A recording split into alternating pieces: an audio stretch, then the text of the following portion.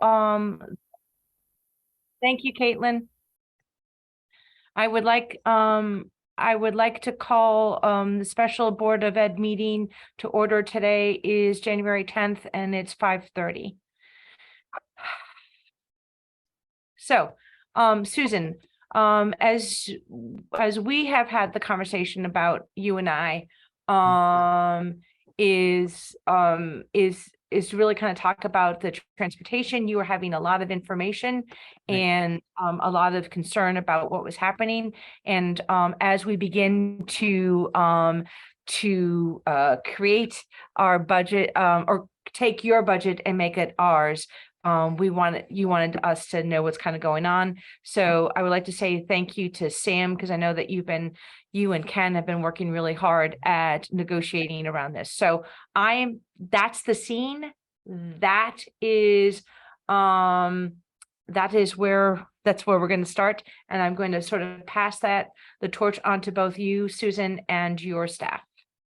So as you know, this is really one of the main drivers, was this newly created bus bid, and 2 bids came in, and I'm going to have Ken actually sent you some documentation and notes around this, and then actually a graph and a chart around what the monies look like as we go through 5 years with this bus company, should we want to do that. So the bus company, if we accept a bid, we're in it for 3 years, and then we can have an extension of the other 2 years. So we have looked at this, we've scrutinized, the staff has been wonderful about researching, finding out who else is out there, who's been bidding, what else is going on in the state. It's actually a topic on my agenda for the superintendents on Friday to find out how people are doing with this. But we actually reviewed some of the information that was sent out, and Ken has really kind of a logical way of going through this with you, and then certainly want to entertain any questions or ideas you might have. It's not signed off, and so we've had some bus drivers actually say that they're not getting the bid, that someone else is, and that is not true. There were only 2 bids that came through, and we want to share really both of both of the bids. And while this isn't a negotiations, the bid process is quite different. I really felt I needed the board to be in on this because it's such a driver of the budget. So I want your insight. So I'm kind of asking for your thoughtfulness and letting me know if you have other questions or things we should be looking at. So I'm going to turn it over to Ken and Sam to kind of walk us through a little history walk of how this process works and what our findings are, and even some thinking we've had around this of how we can make this more palatable.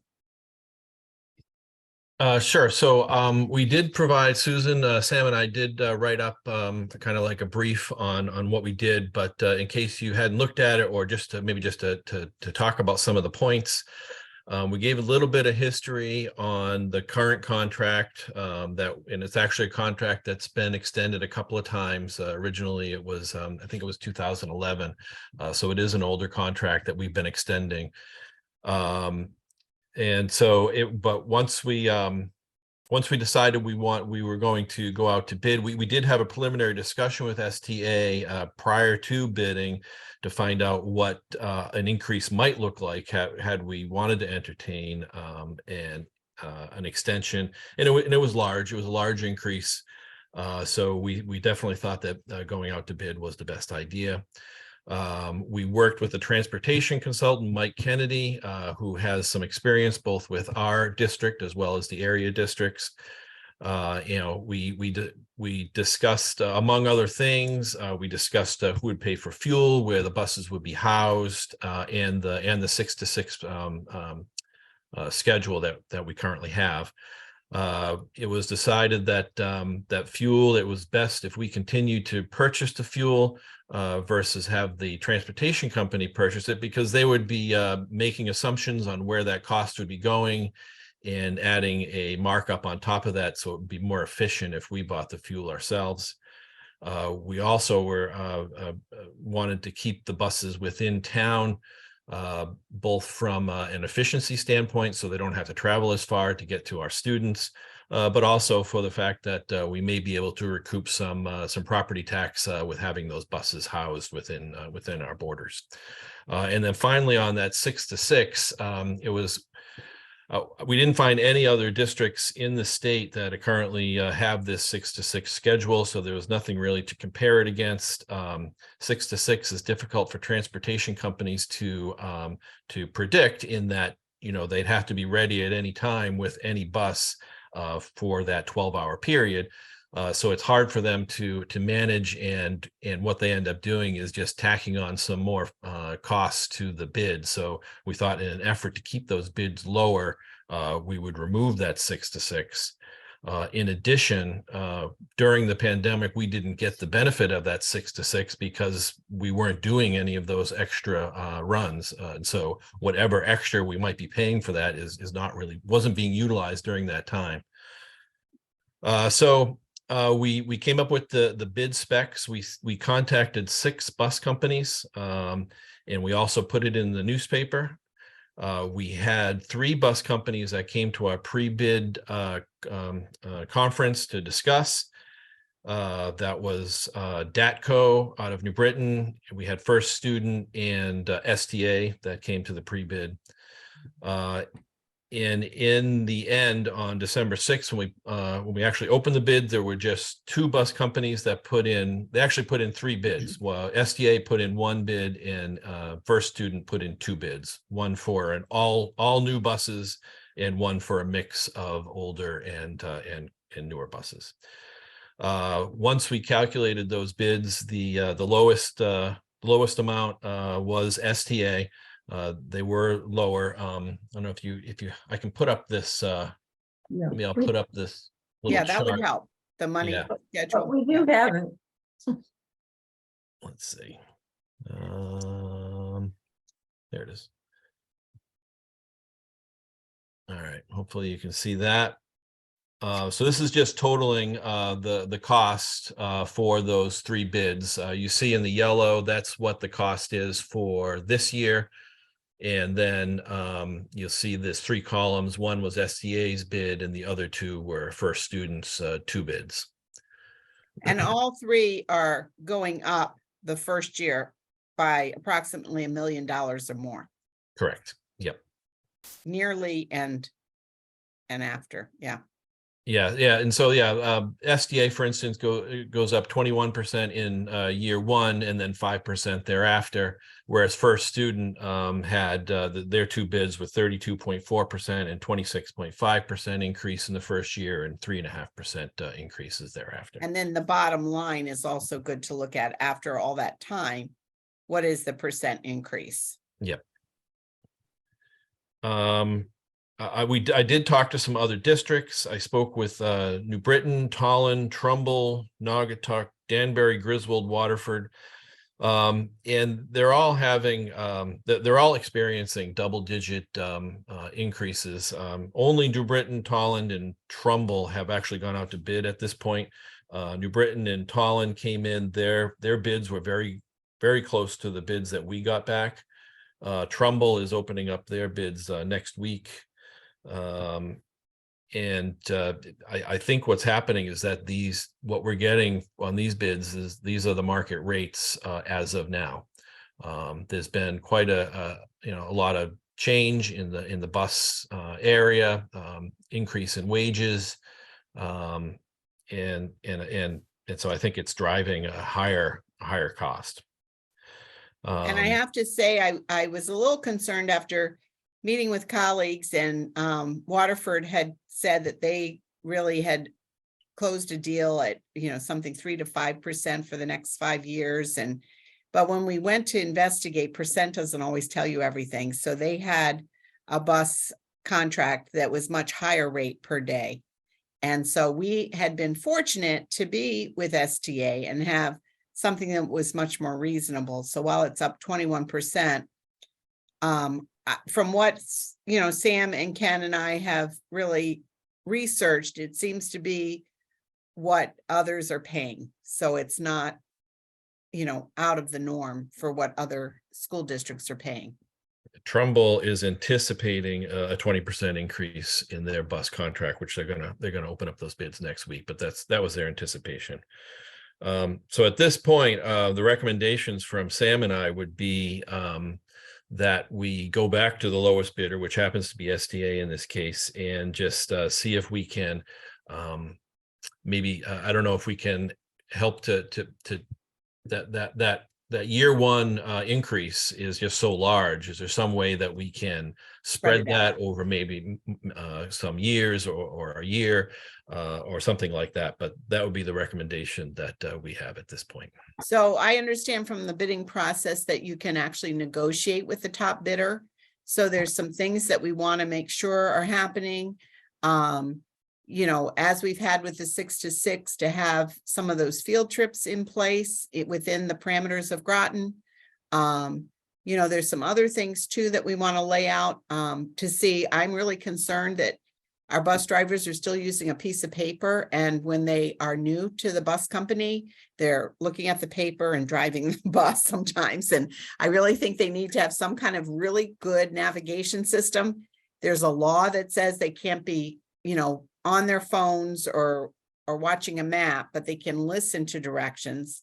So I think more work needs to be done with our legislators when we get our legislative breakfast, to allow bus companies to have the kind of navigation systems we all have in our own automobiles to really safely get our kids back and forth. The old days of the paper routes need to be gone.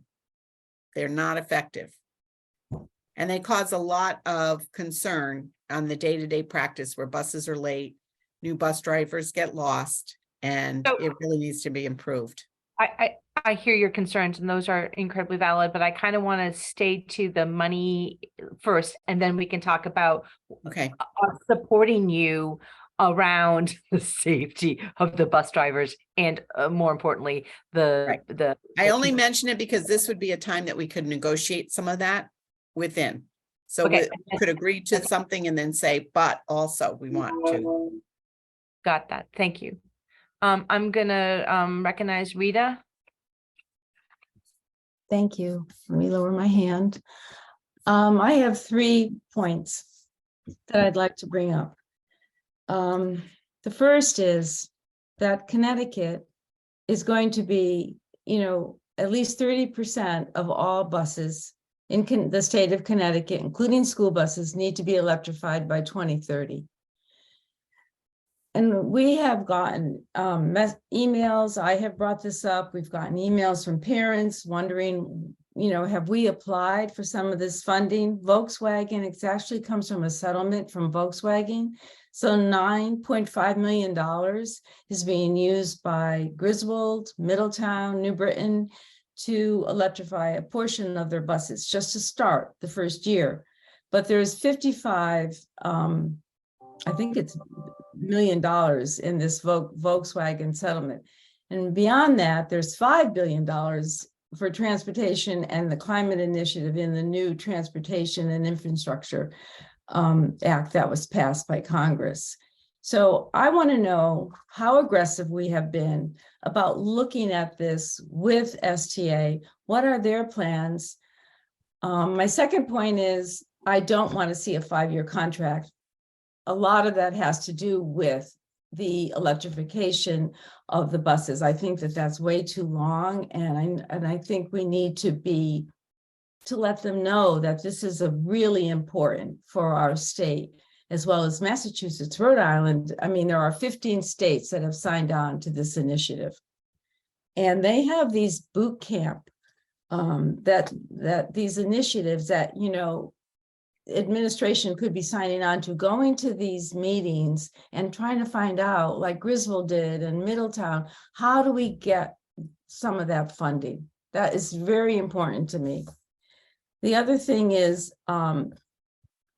you know, we need to talk to them about the fuel, since we, you know, it's going to be changing. We need to either have hybrid buses, and the state funding is for buses that are 2009 and older. So we have to find out. I know it said in this contract that some of the buses might be new, other ones were going to be older. Well, how old is old?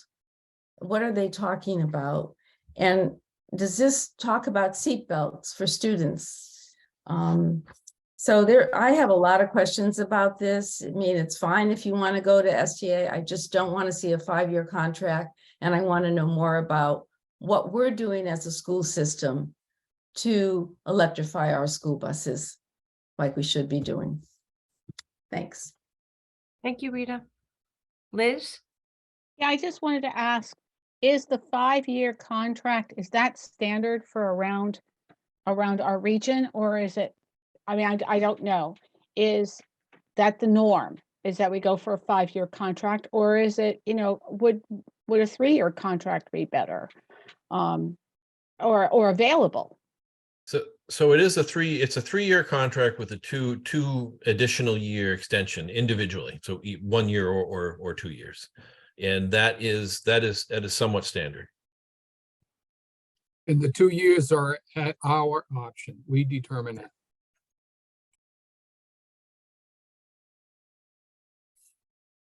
Kim, can I ask why we're the only system that does 6 to 6 for our buses?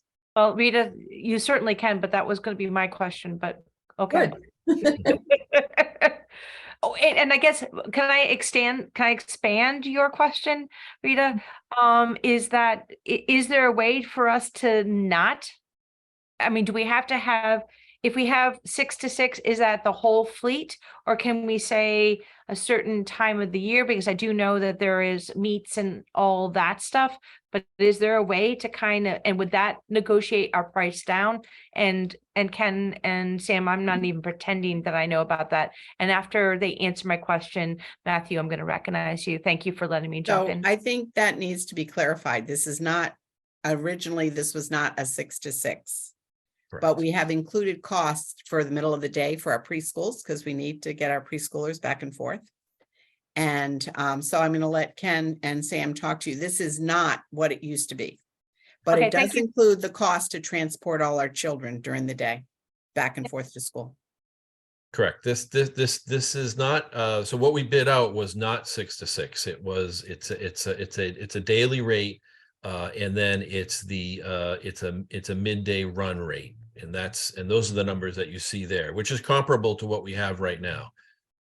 As far as Except for field trips, except for field trips. and to have them at our beck and call all day long for 12 hours. Right. Right. So do we need to rethink how we do things? As far as I don't know. change the hours of school again. Oh yeah, that would be fun. All right, Matthew and then Beverly.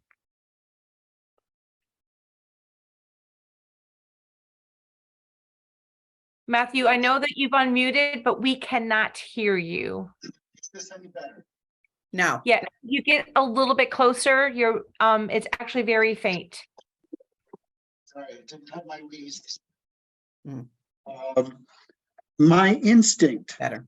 and I expect Jay or the other guys could know, it's my instinct that when they build a 3-year with extension contract, with the uncertainties in fuel, whether there's a recession that drives prices down tremendously, or a boom time which drives them up, that somehow the first 3 years they're going to build in a cushion to guarantee against inflation in the last 2 years.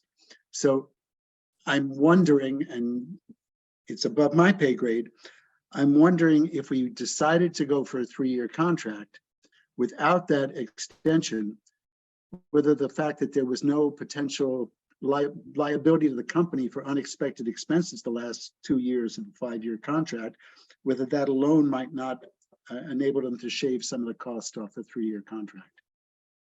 Just an idea. Just to be clear, so these numbers do not include the cost of fuel.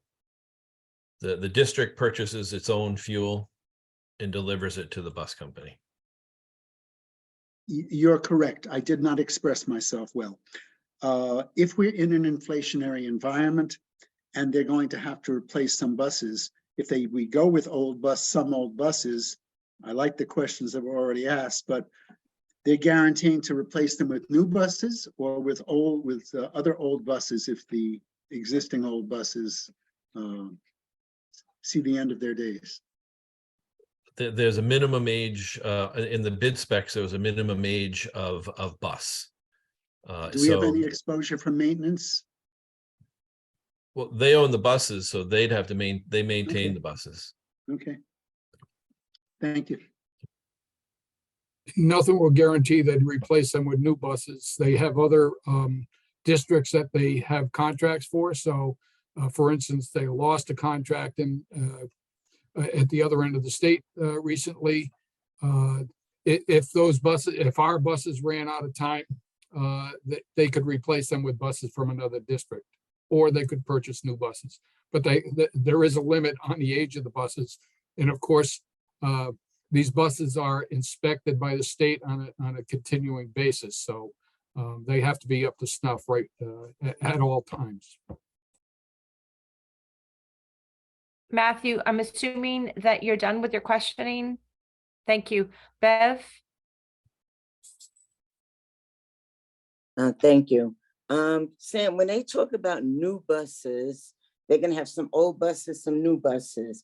Are they like 2023, 2022 buses, or they're just newer than the old buses?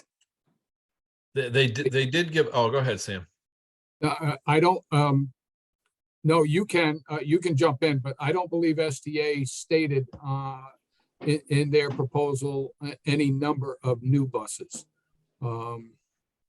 They just maintain the fleet up to a certain age of those buses.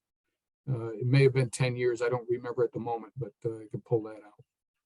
Okay, because I thought Was they it were gonna have 10? some new buses and some old buses. So I was unclear what that meant. How Yeah. new were the new buses? Okay. The new, Go ahead.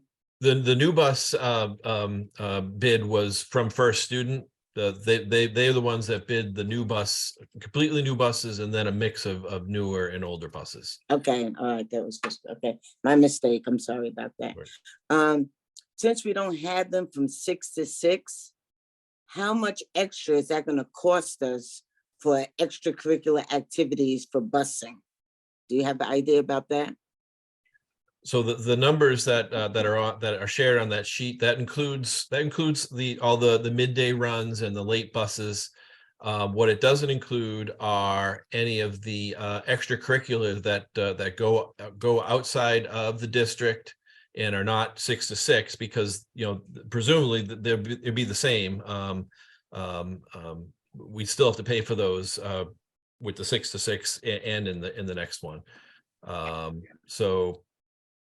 What we don't have, if we don't have the 6 to 6, would be the kind of the buses within district that go to, for instance, within district locations like Bluff Point, or even over to Mystic Aquarium and Denison Pequot Post.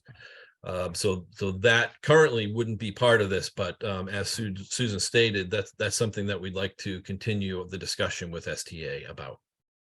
Okay, and I agree with Rita about not having a 5-year contract, just having a 3-year contract. So this is a 3-year contract, but it has an extension. And one of the ways of wanting you to extend, if you have really good service, is that, of course, the percentage goes down over time. The first year you really pay the largest amount.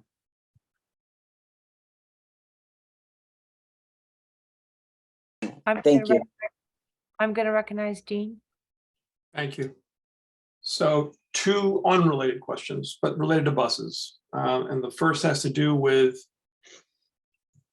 the interest in electrifying. And I'm not sure how the state mandate is supposed to work, but is the proposal by some board members, the urgency expressed by some board members, is that we acquire buses ourselves, that the district now own the buses? No. Okay, because that's going to be tires and brakes, and actually more often than. Not with the state, it's just they're giving the money to the bus companies.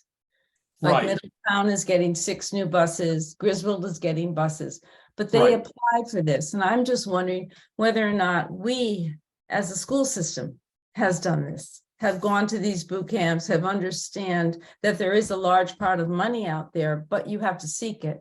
And the money goes to the bus companies, and for so many buses. So let me I understand. actually attended one of those at Learn, and I think I've spoken to the board about that. The cost is like $400,000, and from the grant, you get about 200,000, and you really have to be in sync with your bus company to be able to go after these grants. That's And there not, are some problems with these electric buses still, not getting back home kind of thing. Leaving aside the issue with the buses themselves, I do remember the $400,000 figure. I do remember somebody saying that the subsidy is about half of that. Are we genuinely talking about partnering with a bus company where we buy them electric buses? I mean, why should we care whether they get a subsidy or not? It sounds like all we can do is say, hey, the next time you bid, we want to see a good size of your fleet be electric. Otherwise, we don't want to talk to you. Is that what you're talking about? yeah. I mean, we're paying for Okay. fuel, right? I'm sorry. We have to pay for the fuel for these buses. So that's on top of the contract. But Right. the way the but grant I- works is the district has to seek the grant. Right. And then the funds, the bus company has to pay for the bus and get the reimbursement. So there is some collaboration that has to happen with this. Right. And I really don't think that the next bus contract, if it's an all-electric fleet, we get the buses for free. I think we're going to wind up paying for the juice. Right. If I were the right, bus but company, why would I pay for the juice for now? free. You won't get them for free. It's just that it's better for the environment. Okay. It's better for the environment here, but not where the coal plant is burning to make the electricity to run the bus, but okay. And the $400,000 is for the bus alone. It doesn't include the infrastructure that it takes to have the charging stations for a school bus Right. at But a the bus state garage is- somewhere. The So- state, according to what I've read, the state is helping with that, with this Volkswagen Diesel Emission Environmental Mitigation Trust. Right. So Pretty I am words. wondering, Susan and we meet every Tuesday morning. And we had a conversation about setting up an agenda because Heather has agreed to kind of come back and have more conversations. And I'm wondering if we can add this to our agenda about taking a look at what is the requirement that the state is having for the district. Rita, I hear you and I am with you. I think that we need to be moving to more eco-friendly ways of transporting our kids. And however, I do hear Dean's part about the fact that we're still not good enough around how to produce our electricity, and it is being fed and fueled by coal producing plants. And so, but we're also being sent another mandate where our town has to pay for it. And so I guess I would like to hear from our legislators about how they're going to either help us get more than just half of the money or get the juice for the buses. But like, what is the realistic plan for that? Because if we're going to go, if they want us to go electric, okay, but then how do we do the transition from point A to point B? You're forgetting that we pay for fuel. So and forgetting. it's I'm much not- less to pay for an electrified bus. I mean, that's why our buses are now changing in the state of Connecticut. And why our our local trains are all electrified now. So once again, I'm not forgetting about, I'm going to push back on that, Rita. I'm not forgetting about the fuel. I'm just saying, I think it's really important that we hear from our state legislation about what is the state thinking about that, so that we can then have a much bigger a plan about that. But I'm also afraid that we're getting off the subject, and I'm for blaming, and I'm going to take ownership of that. But that we really need to be giving guidance to Ken and Sam about, we are now seeing that percentage for the first year. What I'm hearing, Matthew, I do see your hand up, but let me just finish. I do see that 20, I don't have, it's on my screen and I'm trying to look at people. I do see that 21%. Ken and Sam, what I hear from you is, that's okay. I much rather see people's faces. is what I hear from you is that you're wanting to see if there's any negotiation around that 21%. And are you guys as the people who are working for Susan, but ultimately working for us because as the board, are you feeling comfortable about those other 3 years in terms of pay for increases? I don't think any of this is comfortable. Well, I mean, the reality is Yeah, that it's the reality. it is that this is huge. Like 21% the Right. first year is huge. And however, this is above my pay grade in terms of understanding is that if this is what you're seeing, and Ken, I do appreciate the fact that you've gone out and you found out information from other school districts. That's pretty darn amazing. But I guess for me is I'm just trying to get a handle about understanding what your recommendation, because I got lost in the electric vehicle. And I had a second question, but okay, I'll wait. My God, is that why the 2? I'm sorry, Dean. Yeah, sorry. ahead. I'm gonna let you Um, continue and then Matthew, I'm gonna. Yeah, I'll finish. And I said it was unrelated to the electric end of it. Years ago, when we had to redistrict because it was a racial imbalance, I'm not sure what school or schools set us off. I wasn't on the board at the time, of course. But I remember the bus routes had to be redone because kids had to be shuffled around to meet the state requirements. I also recall that our representatives at the time, all 3 Democrats actually, said, boy, that's really unfortunate. You know, maybe Groton, I can't remember. I think it might have been Representative Mukasher who suggested that Groton actually challenge the state on the racial balancing and see what happens. I thought that would put the ECS grant at risk, but in any event, it may be one of these things that cannot be parsed out of our budget. But do we have an idea? Is our route system, is our requirement for buses based in any way on needing to move kids from, and of course the high school and middle school are not in play, but for having to move kids from elementary school to elementary school to satisfy the state requirement with regard to what the state would call state balancing? Are we paying a premium for that? And if so, what would that be? Can we tell what that is?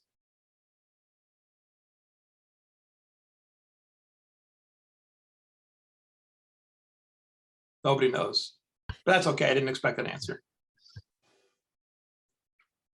I can tell you that when Dr. Grenier, I first talked about having all magnet schools way back when he was still here, we talked about busing at that time.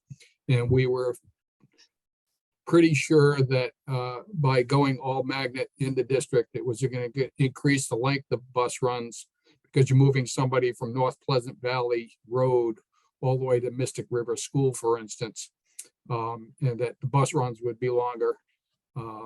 So that might increase the cost of the buses. So I think there probably has been some effect there, but I don't know what that percentage would be or what that number would be.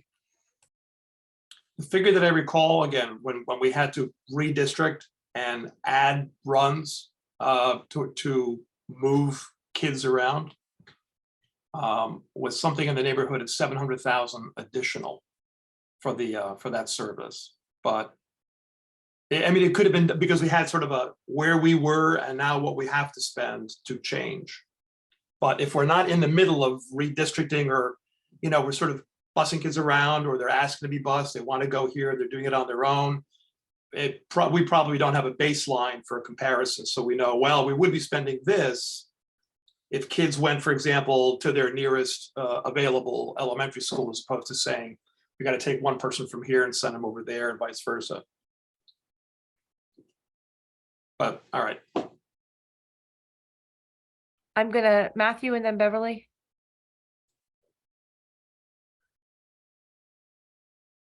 Matthew, you are muted.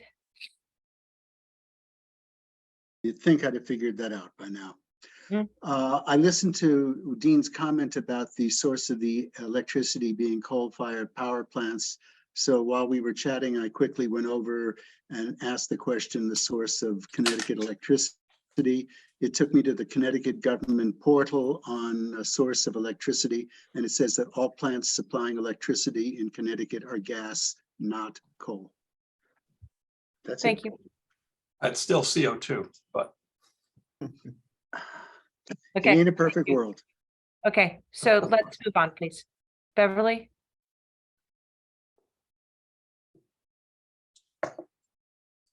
Thank you, Kim.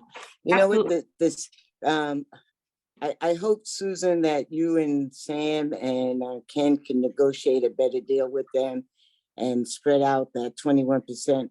But the real sad thing about the increase, which is $1 million, if I have it about right, is that it's going to affect the other things that we want in our budget.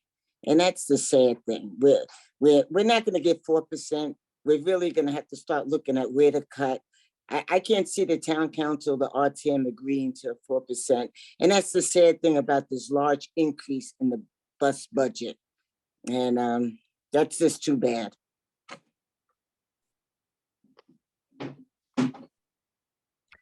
I think I share your sentiment. Thank you, Beverly.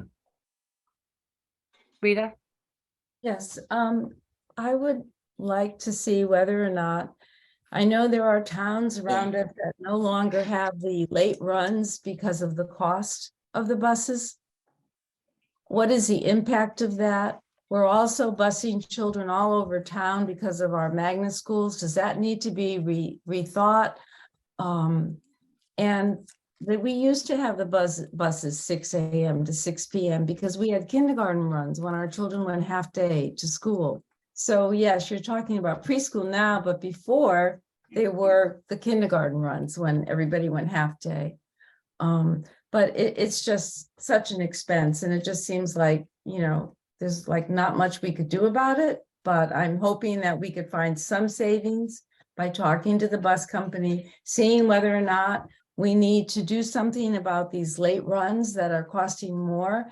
What do the other towns have if they don't have 6 to 6? I would like to know what that is. And that's one of my questions. If anybody could tell me why we're 6 to 6 and no one else is.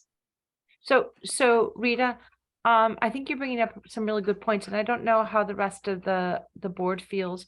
But Susan, I'm wondering how hard would it be for you and your staff to kind of take a look at what the impact is if that we didn't offer some, like there's obligatory runs that we have to do. I hear that. That's not what I'm asking for information on.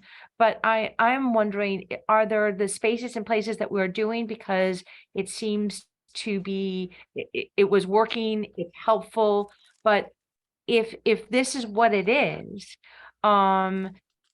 like, is that going to be one of the areas where we have to kind of like shore in? And so I don't know if, I know I'm not talking your complete sentences, but I'm wondering if that is information that you could get to us. And whether that's the will of the board. I think they've parsed out what the after-school bus runs are, right? But Yes. I question us interfering with the access that we've provided for kids in this community, whether they're, no matter where they live, to all the after-school clubs, activities, sports, tutoring, you know, supporting their classes. And if we start messing around with providing transportation for kids during the school day to get them back and forth to school, or even after the school day, that could be really impeding many students who wouldn't have a ride back and forth after school. So we could certainly look at what that dollar amount is, but I'm really interested in working with this bus company to say, if this is the money that it takes to run your bus company, how can we lay this out better so that it can be more digestible for the board to be able to, for us to be able to pay for this in the next 3 years? But, you know, we can certainly give you those numbers. I don't think they're going to be that much money for when I think about diversity, equity, and inclusion and access to providing our children what they need. before and after school and during the school day, that would be number one priority for me. I guess, Dean, I'm going to recognize you. Andrea, I will absolutely recognize you, but if I can just jump off Beverly, and Beverly, if I'm misspeaking for you, I apologize and please correct me. But I think Beverly's end statement was like, this is really sad because we are going to start to need to take a look at that, and maybe having that information about, because that it's a logical conclusion is that, well, then we'll just cut off some of our bus service. And Sure. so take a look at what that is so that we could have that information, because as a collective board, we could say, absolutely not, like, we're never going to do that. Or we could kind of say, this feels really yucky, but this is what we have to do in order to be able to provide a budget that makes sense to the district and also to and to the community at large. So I'm We gonna certainly have that information and can provide it. I think the board would really appreciate that. Thank you. And I think that only tells, I mean, Susan, you and I talked about that this morning, like, what is our story, right? Right. Okay. Dean and then Andrea. All right, this brings up a good question, which is in some bid situations, when you invite people to bid and they submit bids and you have the lowest responsible bidder, if that's how you want to describe it, the descriptions vary. In those situations, they would say with state contracts, you cannot just say, well, okay, low bidder, unless it was somewhere worked in the terms of the bid. Let's negotiate for a different price. You're going to have the other bidders, number 2 and number 3, say, wait a minute, we could have negotiated too, but we thought we had to provide the alpha and the omega price, so we did.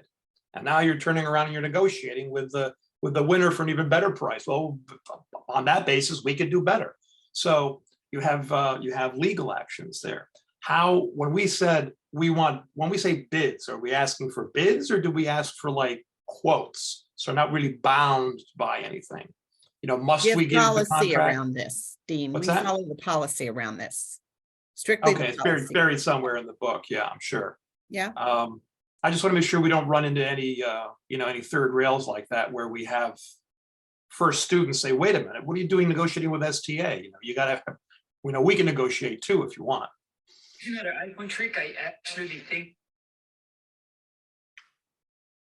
I'm sorry, I didn't hear that. That was directed at me.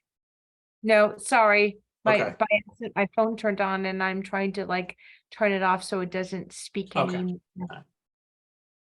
Andrea? No.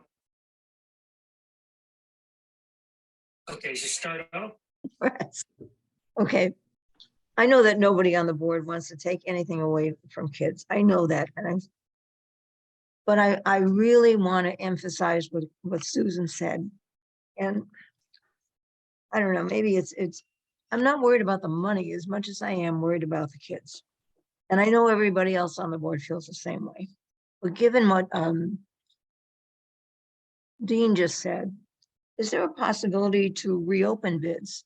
And would that obviate that problem of saying, well, you should have told me? And if we reopen the bids, would that solve that problem? So we can throw out these bids and rebid. There is some risk there because the bids they're public information. So there is risk that they'll just bid up to the highest bid. It's one of our options. We could throw out what we have and rebid. But we might be paying more in the end. It's a risk. The We did concern was discuss that, Dr. Ackerman. I did, when I first heard it, we did discuss that. Does this need to happen? the concern was that there were only 2 companies that bid. If we had more participation from the other bus companies, then we might be in a different situation. But there was only two companies, and so that yeah, it'd be a risk. Thank you, Ken. William? Yeah, I think that's my biggest concern, being that we had so few bidding that both of them would, up their bid if we withdraw these current bids. I don't think anybody's going to make it better, especially with the economy the way it is. So I'd be worried about that.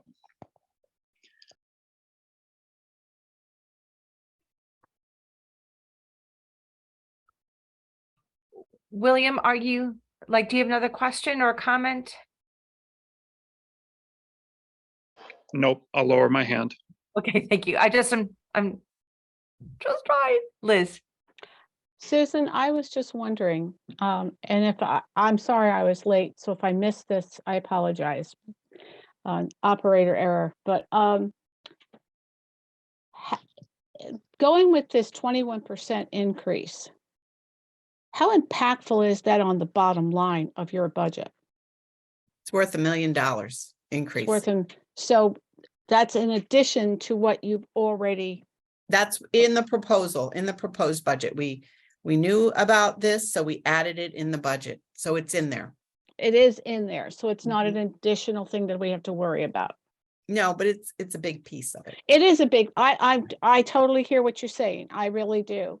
And again, I apologize if you've done this. What was the reason for the increase? And if I missed it, like I said. Those are my very words, Liz. How come it's so much? What's happening here? And I had just spoken with colleagues that seemed to be had come in last year at a much different rate. But then I looked at not just the percentage increase, but I have to commend both Ken and Sam for doing their due diligence and their homework and finding out what others are doing. And so what has been proposed in the bid is not much different than what's happening around us. When you look at the dollars and cents, I think we had a few years there, especially when we extended, that it was really in Groton's favor, the costs that we had. And now it's really more like what other people are paying. And as we seem to be getting these bids in around the state, it is kind of in line with what we're seeing. But it is a big chunk to bite off the first year. So we definitely, and with our, I just want Dean to know that with our policy that's set by this Board of Ed, there is the ability in the bidding process to talk to the people who gave you the best bid. So we're just, we're not negotiating per se, we're just talking to them about ways that we can really make sure our kids are getting what they need. Whether it's some additional field trips, whether, it's looking at the payment schedule over the 3 years. So it's worthy of having conversations with and it's in the policy, it states with the lowest bidder. As long as the instructions to the bidders makes the bidders aware of the policy. Right. It's not just internal. Right. Exactly. Well, they would have to have the policy. And I'm not sure, we did have a consultant, Ken and Sam. Do you believe the consultant made the bidders aware of the policy that we have on bidding? Or would that be their responsibility to understand that? I would say that, no, he did. I doubt that he made them aware of the policy. He never asked us about the policy that we had. This would be a general practice within the bidding process. Right. Okay. So I don't know what the end result of tonight's meeting is going to be, whether you had intended to call for a vote or consensus, but personally, I would encourage Ken and Sam to sit down with STA as we've now understood that the process allows for that. I have some specific suggestions about what I would say to them if I were to sit down with them, but I'm not sure I should telegraph that in the meeting. But I think there are some pathways that could work. And so I think we've had a long, productive relationship with STA. I know opinions may vary on that. However, I think a lot of that was due to the, the staffing issues and all of that. I think that they showed very good faith a few years ago when they provided the out-of-town field trips for free. I believe they're someone we can work with, and I believe that that Sam has an excellent relationship, and I would trust him to sit down and pursue this further.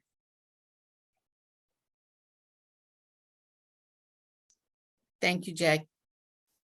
I think, Jay, I think that the reason why the board needed to be brought, not to be brought in, is that this was, we would always be brought into this process. But I think that at this point during the budget is that, so one, that the board had a sense about what Ken and Sam were looking at when they were dealing with STA, but that also if there was a strong, I never was thinking about taking a vote tonight. I think it more was, keep us, for me, it's kind of like, what are the questions that the board has? Do we have ideas? Can Ken and Sam and Susan kind of let us know what's been going on up to this point? And I think that this has been a very fruitful conversation. I feel like I even now have a better handle about that. That is something that I think that we're going to have to add to our thoughts about the budget. And if we are looking at coming in at a certain time, at a certain percentage, what does that mean? I mean, we're actually getting to that point where we need to have that conversation with Susan around that. But Jay, I never thought it was going to be a vote on it necessarily, unless the board is moving towards that. But just kind of like, for me, it's kind of like, it sounds like you guys are in the better, are moving very forward in a very deliberate way, and go forth and keep us posted on that. And I will And recognize. this has been helpful to me because I've jotted down your ideas, your thinking, even around electric buses, and Jay, I'll look to you if you have some other ideas. But I think this has been helpful. So in those conversations, we can articulate better what the needs are. And, one of them I'll say is, can we structure this a little differently so we don't take this hit all in one year? So. Yeah, and that's, what, I'm just going to put it out there. Because I mean, it's not as though it's anything that nobody else would have thought about, but maybe we go back and say, we want a 4-year deal. And so it's not as front loaded, so that we can reduce this year's hit a little bit. Again, how many years have we been with STA? A long time. It's I been mean, a long since I've been here, relationship. yeah. And before me. Yeah. I mean, personally, I would definitely entertain, locking it in for another year or so, if it meant that we didn't have to pay, this enormous 21%, upfront. Just spread it out a little bit. And I don't know. Only Ken and Sam and STA can figure out if that makes financial sense. But I think that this 21% is just, it's just too much of a shock. Definitely That's sticker shock. Are there any thoughts or concerns, Ken, Sam, and Susan? Do you feel like you got what you needed from the board, knowing that we're going to have some more meetings around this? Jay, I really like that idea, and I don't know if that's even plausible. I'm sure you guys have thought about it, but even to kind of go back, we want to kind of keep this relationship, because I think, Jay, to your point, we have worked really long with them, and we've had some struggles with them, even kind of more recently than not. But I think that they've worked with us and partnered with us very well. And so, but does this feel like this has met the needs for your staff, for the board to be updated on the stuff and to have some? I thoughts? very much appreciate it. I thank you. And I'm glad that so many of you were able to be here tonight. And you know where to find me if an idea pops in your mind. Shoot me an email, give me a call, or Sam or Ken, just because we have this window of opportunity of this 45-day. So, It's been a long wait for them to hear back from us as well, but I did want to get the board's feedback before we made any decision. Ken and Sam, oh, Beverly. Susan, when do you plan on speaking with them again? Well, I would say we should speak with them this week. I don't know where we are in the 45 days. Ken, I know that it was earlier December We when, gotta have it done by the 19th, yeah, This week. next week. next week, but, Next week, yep. no. It's coming up. Yes, Kim, I think this meeting has given Ken and Susan and I good direction for us to move forward on this. Mhm. So Thank you. I'll be contacting STA tomorrow, and Susan and Ken and I will meet and determine when and where we'll meet with them and continue our discussions. Thank you. Beverly, do you have more questions before I recognize Rita? No, I don't. Thank you. I just wanted to make a statement that I believe that next year our budget, it'll even be more challenging because the ESSER and the art funding is going to be leaving. And we're going to have a lot of teachers that we're going to have to think about, you know, if we're going to be rehiring. So maybe if you had to have a year where it was the percentage is higher, maybe this would be the year. I don't know. Mhm. So it's just something to think about for Thank our you. budget for the next We year. or did, two. that's a good idea. We did talk about that as well. Yeah. Okay, thank you. So board, what do you, what say you? I know that policy has been waiting to get their meeting started at 6. And so I think that this is a good place to end. I'm looking forward to hearing about your conversations, Sam, Ken, and Susan. And once again, you guys, this is such a phenomenal board. We're so very thoughtful, and I feel very honored to be part of it. So thank you very much for your conversations tonight, last night, and the night and last week. I just think that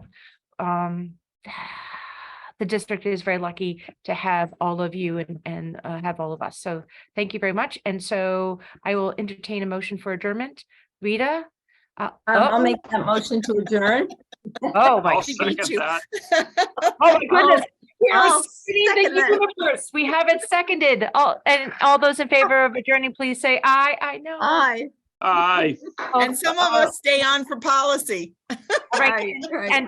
And people Except can hang for out with Rita. me. And people can hang out with me if you want to. I'm going to the town council to hear about the fields.